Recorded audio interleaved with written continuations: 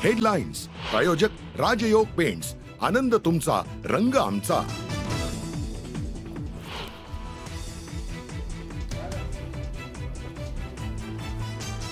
बारामतीत पवार कुटुंब पुन्हा आलं एकत्र। बैठकी करता शरद पवार आणि सुनेत्रा पवार उपस्थित। युगेंद्र पवारांना सुनेत्रा पवारांकडून वाढदिवसाच्या शुभेच्छा, तर पवार कुटुंब एकत्रच असल्याचं युगेंद्र पवारांचं विधान।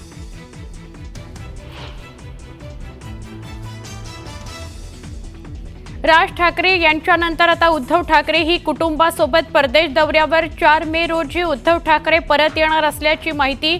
एकत्र येण्याच्या चर्चेनंतर दोघेही परदेश दौऱ्यावर असल्यानं चर्चा।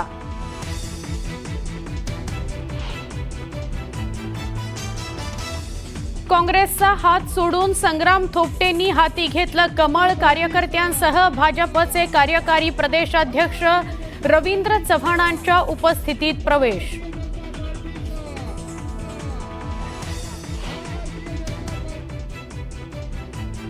सांगलीत अजित पवार गटाची ताकद वाढणार। 4 माजी आमदारांसह जिल्हा परिषदेचे माजी शिक्षण सभापती राष्ट्रवादी काँग्रेसमध्ये प्रवेश करणार।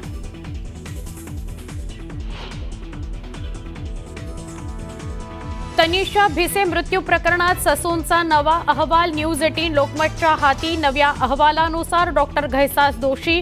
पोलिसांनी 4 प्रश्न विचारल्यावर ससूनच्या समितीनं अहवाल बदलल्याची चर्चा।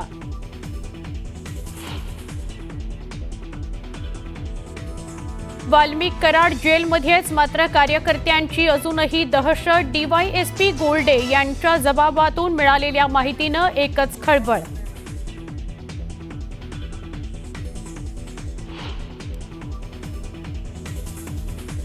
पुण्यात दारूच्या नशेत लोकांकडून एका जोडप्याला मारहाण। कारवर दगडफेक, 5 जणांवर गुन्हा दाखल, 3 आरोपी अटकेत।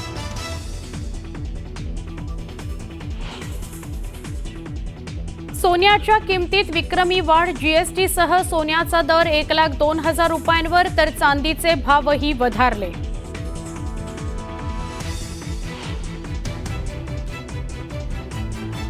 चुनाभट्टीत पोलिसांकडून 10 कोटींचं चरस जप्त। परदेशातील 2 आरोपींना घेतलं ताब्यात।